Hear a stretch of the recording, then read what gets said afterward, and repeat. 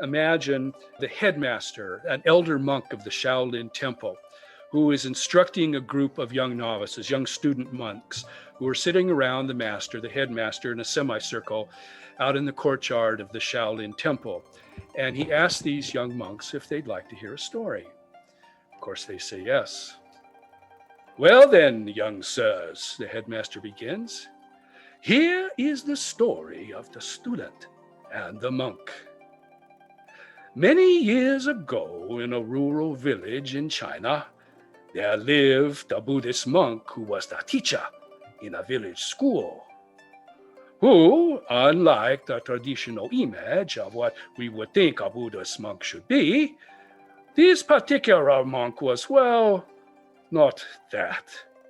Because it turns out, you see, that he was quite fond of good food and drink, to the point that his belly had grown as big as that of the famous statue of the Laughing Buddha, who, by the way, is also said to have been a teacher. But, quite apart from the enlightened state of the Laughing Buddha, this monk will fall sound asleep after consuming a big meal, or snacks as he preferred to call them, feigning all the time that he was deep in meditation on the all-seeing Buddha. So, every day after consuming an ample breakfast, he would arrive at the school. And every day after giving the lesson, he would have his snack while the children worked in our books. And every day he would fall sound asleep until the bell rang, signaling the end of study. And every day this same routine would be repeated.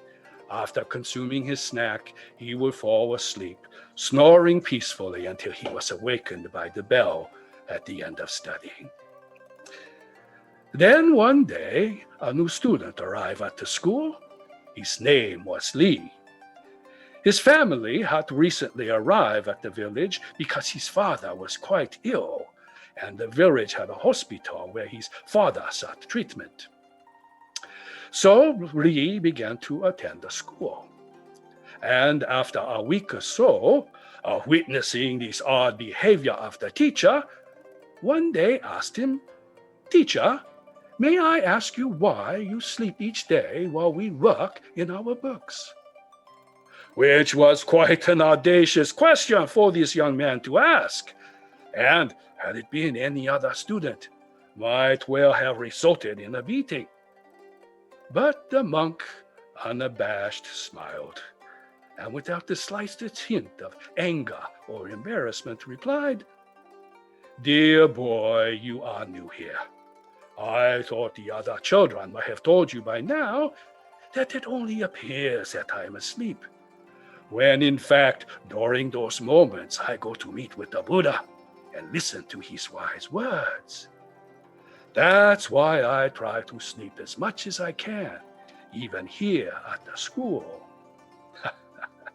An explanation which didn't quite satisfy Li's curiosity.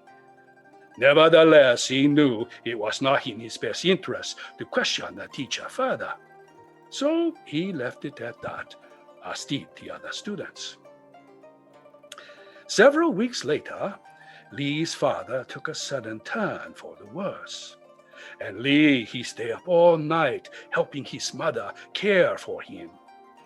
So that at school the next day, he was so tired that after the lesson, he could no longer keep his eyes open and fell fast asleep, and slept so deeply that he did not hear the bell, which right on cue awoke the teacher, who, when he saw the boy sleeping, grew so angry that he took Li by the ear and started screaming, "Aha! I caught you, you little rascal! How dare you fall asleep in my class?"